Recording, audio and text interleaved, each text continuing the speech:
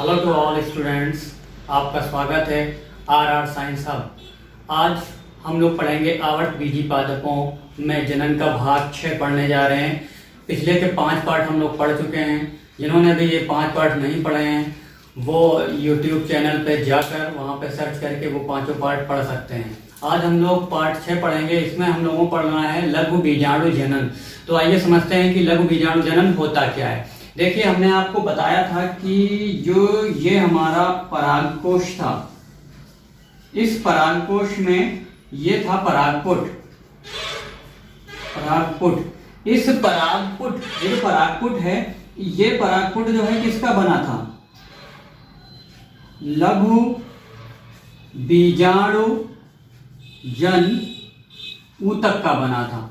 ये परागपुट जो है ये लघु बीजाणु जन ऊतकों का बना था और इसके अंदर जो है लघु बीजाणु जन जो ऊतक था उसमें बहुत सारी कोशिकाएं थी। उन कोशिकाओं को हम लोग बोलते थे लघु बीजाणु मात्र कोशिकाएं।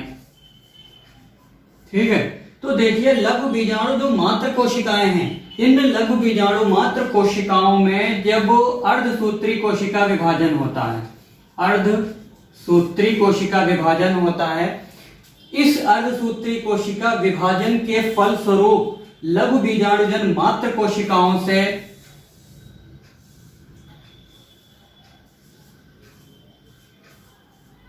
इस प्रकार से परागकणों का निर्माण होता है। तो परिभाषा समझ लीजिए कि लघु बीजाणुजन ऊतक की लघु बीजाणु मात्र कोशिकाओं में अर्धसूत्री विभाजन के द्वारा लघु बीजाणुओं या परागकण बनने की जो प्रक्रिया होती है उसे हम लोग लघु बीजाणु जनन या माइक्रोस्पोरेंजेनेसिस कहते हैं। अब आगे देखिए कि जो माइक्रोस्पोरेंजेनेसिस की प्रक्रिया जब होती है तो परागकण पूरी तरह से स्वतंत्र नहीं बनते हैं। एक लघु बीजाणु मात्र कोशिका के द्वारा 4 परागकणों का निर्माण होता है, लेकिन जब ये प्रारंभ अवस्था में बनते हैं तो ये अलग अलग या स्वतंत्र अवस्था में नहीं पाए जाते हैं, ये आपस में जुड़े रहते हैं। इस जुड़ी हुई संरचना को हम लोग बोलते हैं चतुष्क। इस जुड़ी हुई संरचना को हम लोग चतुष्क बोलते हैं। ये चतुष्क जो है एक पदार्थ होता है जिसे हम लोग बोलते हैं कैलोज। इसके द्वारा आपस में ये जुड़े रहते हैं, लेकिन जब टैपेटम जो है कैलोज नामक एंजाइम का स्राव करती है तो ये परत जो है ये गल जाती है और चतुष्क से जितने भी आपके लघु बीजाणु होते हैं वो अलग अलग हो जाते हैं। तो ध्यान रखिए, लघु बीजाणुजन ऊतक की लघु बीजाणु मात्र कोशिकाओं में अर्धसूत्री कोशिका विभाजन के द्वारा लघु बीजाणुओं के बनने की प्रक्रिया को हम लोग लघु बीजाणु जनन कहते हैं। ठीक है, जब लघु बीजाणु जनन होता है तो उसमें जो संरचना बनती है उसको चतुष्क बोलते हैं। चतुष्क में 4 परागकण जो होते हैं वो एक दूसरे से कैलोज नामक परत के द्वारा जुड़े रहते हैं। फिर जब टैपेटम है कैलेज एंजाइम स्रावित करता है तो इस एंजाइम के प्रभाव से ये जो कैलोज परत होती है वो नष्ट हो जाती है, जिससे हमारे लघु बीजाणु जो है वो स्वतंत्र रूप से मुक्त हैं। तो ये तो प्रक्रिया हो गई लघु बीजाणु जनन की। इसमें आपको ध्यान रखना है ये कि लघु बीजाणु मात्र कोशिकाओं में जो विभाजन होता है वो अर्धसूत्री प्रकार का विभाजन होता है और एक बार एक कोशिका से 4 लघु बीजाणुओं का निर्माण होता है। तो ये चीज आपको ध्यान रखिएगा, इंपॉर्टेंट चीज है। इसमें से क्वेश्चन बहुत सारे पूछे जा सकते हैं। दूसरी चीज है जो संरचना बनती है उसको हम लोग चतुष्क बोलते हैं। चतुष्क में जो 4 लघु बीजाणु हैं वो आपस में एक परत के द्वारा जुड़े रहते हैं जिसे हम लोग कैलोज परत कहते हैं। ये कैलोज परत कैलेज एंजाइम के स्रावित होने के पश्चात नष्ट हो जाती है, जिससे लघु बीजाणु जो होते हैं वो अलग अलग हो जाते हैं। अब यहाँ पर देखिए जो विभाजन होता है, जब इसमें अर्धसूत्री कोशिका विभाजन होता है तो विभाजन जो है 2 प्रकार का होता है। पहला विभाजन जो है उसको हम लोग सक्सेसिव या उत्तरोत्तर कोशिका विभाजन बोलते हैं। दूसरा जो होता है उसको हम लोग सिमल्टेनियस या युगपत विभाजन बोलते हैं। उत्तरोत्तर विभाजन जो होता है वो एक बीजपत्री पादपों में पाया जाता है और इससे जो चतुष्क बनता है उसे हम लोग समद्विपार्श्विक चतुष्क बोलते हैं। जबकि युगपत विभाजन में द्विबीजपत्रियों में पाया जाता है और इसमें चतुष्फलकी चतुष्क का निर्माण होता है। अब देखिए आपका उत्तरोत्तर और युगपत देखते हैं क्या होता है। देखिए यहाँ पर उत्तरोत्तर जो विभाजन होता है तो इसमें ये तंतु बनते हैं और बीच में ये प्लेट बन जाती है।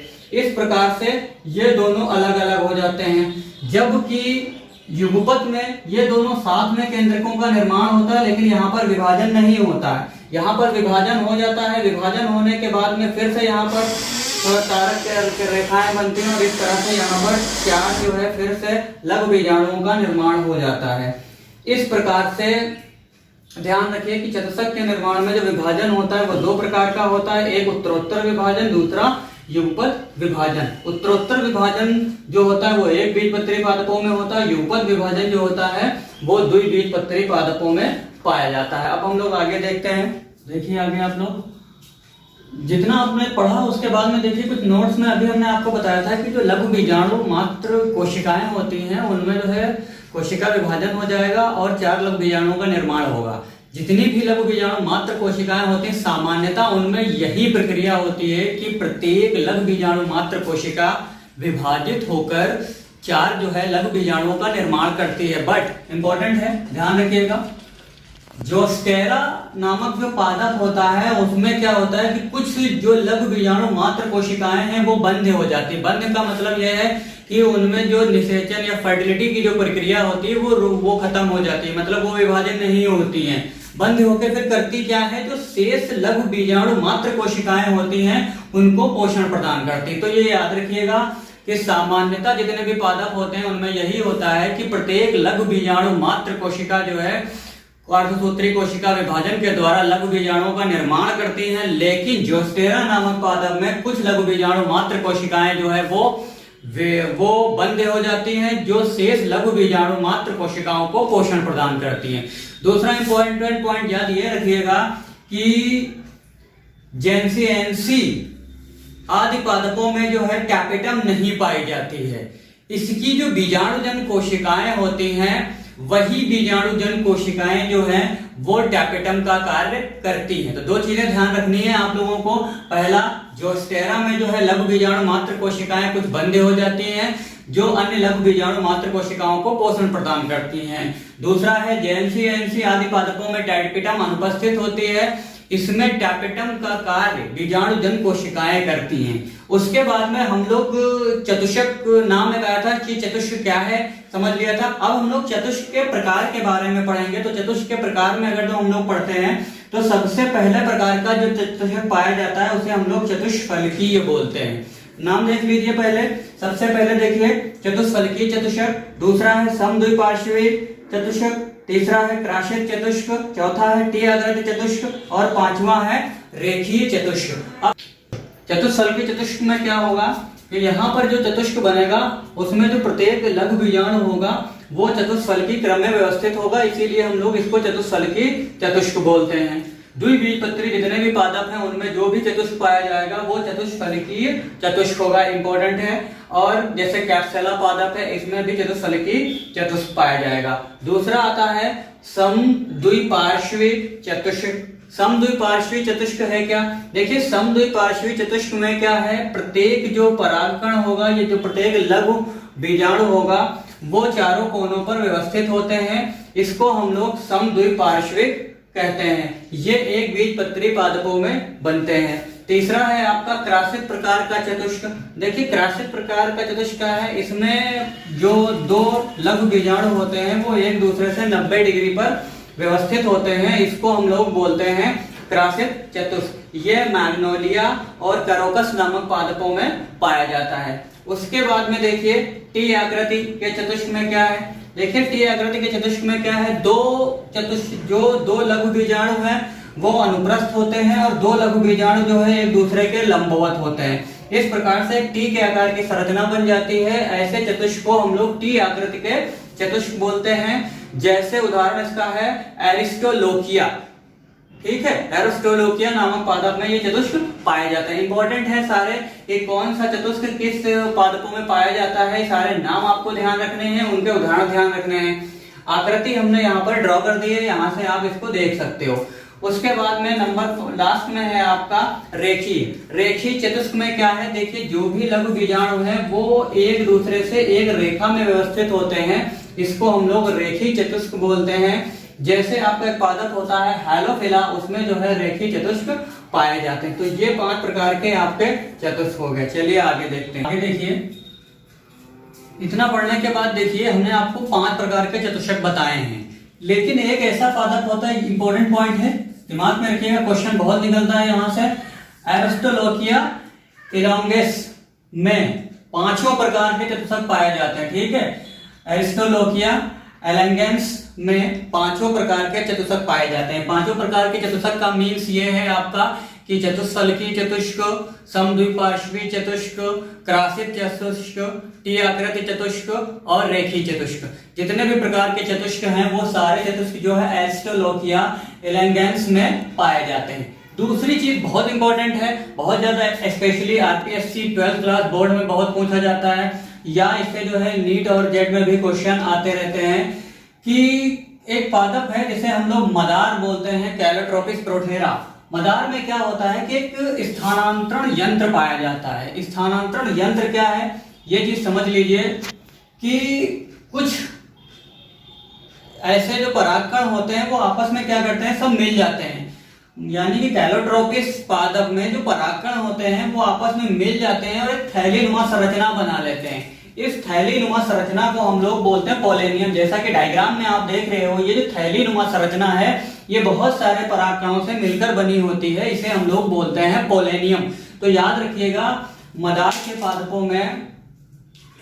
पादपों में कुछ जो परागकण होते हैं वो आपस में मिल जाते हैं और एक पूरी थैलीनुमा संरचना बना लेते हैं, जिसे हम लोग पोलेनियम या परागपिंड कहते हैं। बहुत इंपॉर्टेंट चीज है, बहुत पूछी जाती है कि पोलेनियम किसे कहते हैं। तो कुछ यहाँ पर आप डेफिनेशन ये लिख सकते हैं, कुछ पादपों में परागकण आपस में संयुक्त होकर थैलीनुमा संरचना बना लेते हैं, जिसे हम लोग पोलेनियम या परागपिंड कहते हैं। अब आगे देखिए, जो ये पोलेनियम है, 2 पोलेनियम मिलकर जो है वो पूरा स्थानांतरण यंत्र का निर्माण करते हैं। तो कैलोट्रोपिस पोरोसेरा में ये स्थानांतरण यंत्र पाया जाता है। क्या क्या उसमें होता है, देखिए जरा डायग्राम समझिए। इसका जो ऊपर का भाग होता है जहां से दोनों संरचनाएं जुड़ी रहती हैं, वहां पर जो ये संरचना पाई जाती है, इस संरचना को हम लोग क्रोपस्कुलम बोलते हैं। तो देखिए, एक क्रोपस्कुलम इधर है, एक क्रोपस्कुलम इधर है, तो यानी कि 2 क्रोपस्कुलम हो गए। दूसरा ये जो पतली संरचना है जिससे पोलेनियम जुड़ा हुआ है, इसे हम लोग बोलते हैं क्यूडिकल। तो एक क्यूडिकल ये हो गई, दूसरी क्यूडिकल ये हो गई। तीसरा देखिए, ये जो फूला हुआ भाग है पोलेनियम जिसे बोलते हैं, तो एक पोलेनियम ये हो गया, दूसरा पोलेनियम ये हो गया।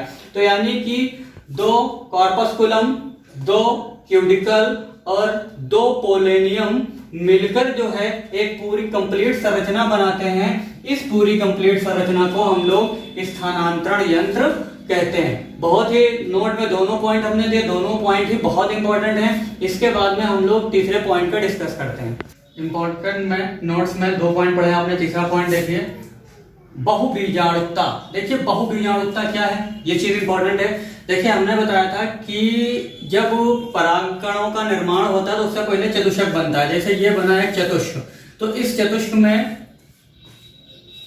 4 लघु बीजाणु बनते हैं। लेकिन क्या होता है, कुछ ऐसे पादप होते हैं जैसे आपका अमरबेल है, इसमें क्या होता है कि 4 से अधिक, यानी कि यहाँ पे 4 है तो 4 से अधिक अगर जो लघु बीजाणु का निर्माण हो जाता है एक चतुष्क में, तो उसे हम लोग बोलते हैं बहु बीजाणुता। ये जितने भी पॉइंट्स है बहुत इंपॉर्टेंट है, आप इनको बहुत ही ध्यान से तैयार करिए, इनका स्क्रीनशॉट लेकर रख लीजिए और इनके नोट्स बनाते रहिए। साथ साथ में आपको एग्जाम में ये बहुत ज्यादा बेनिफिशियल होंगे और इनमें से बहुत सारे क्वेश्चन भी पूछे जाते हैं, तो ध्यान रखिए ये चीज। उसके बाद 4th पॉइंट है आपका कि संयुक्त परागकण क्या होता है। संयुक्त परागकण क्या होता है, आपको हमने पढ़ाया था कि जो लघु बीजाणु मात्र कोशिकाओं से जब लघु बीजाणु बन जाते हैं तो वो चतुष्क के रूप में होते हैं। लेकिन जब कैलोस एंजाइम निकलता है उसके बाद वो जो कैलोस परत होती है वो नष्ट हो जाती है, तो लघु बीजाणु जो है वो स्वतंत्र हो जाते हैं। लेकिन कभी कभी कुछ पादप ऐसे होते हैं जैसे आपका ड्रोसेरा है या टाइफा है, इनमें ये होता है कि लघु बीजाणु जो है वो आपस में चतुष्क से अलग अलग नहीं होते हैं। उस समय हम लोग परागकणों को बोलते हैं संयुक्त परागकण। उसके बाद में देखिए पॉइंट नंबर 5, मालवेसी कुल में जो है वो कंटक युक्त परागकण पाए जाते हैं। मीन्स ये मान लो वेसिकुलर ये परागकण है तो इसमें इस तरह से कंटक पाए जाएंगे, कांटों जैसे जो है परागकण पाए जाएंगे। उसके बाद में देखिए साइप्रेसी कुल के जो पादप होते हैं, जैसे आपका साइप्रस है, इसमें जो एक लघु बीजाणु मात्र कोशिका होती है उससे सिर्फ और सिर्फ एक पराग का निर्माण होता है। उसके बाद देखिए पॉइंट नंबर 7, सबसे बड़ा परागकण मेराबिलस जैलेपा नामक पादप में पाया जाता है, जिसके हम लोग बोलते हैं 4 ओ क्लार्क प्लांट। उसके बाद देखिए 8 नंबर, सबसे छोटा जो परागकण है वो मायोसोटिस नामक पादप में पाया जाता है। उसके बाद नंबर 9 पे देखिए सबसे लंबा जो परागकण है वो जोस्टेरा नामक पादप में पाया जाता है। और एक पादप है जिसका नाम है वेनिका हर्बेसिया, इसमें डंबल की आकृति के परागकण जो है वो पाए जाते हैं। डंबल की आकृति का मतलब जो है इस प्रकार से परागकण पाए जाते हैं। और ये आकृति बनती कैसे है, ये आकृति जो है वो 2 परागकणों के मिलने से बनती है। तो विद्यार्थियों ये आपका एक टॉपिक पूरा होता है। लघु बीजाणु जन्म की हमने आपको परिभाषा बता दी, इससे जुड़े हुए टर्म्स समझा दिए, प्लस जो इंपॉर्टेंट नोट्स में हमने पॉइंट बना दिए। आप इसको याद करिए, इसे तैयार करिए। नेक्स्ट में हम आगे इसका नेक्स्ट पार्ट पढ़ेंगे।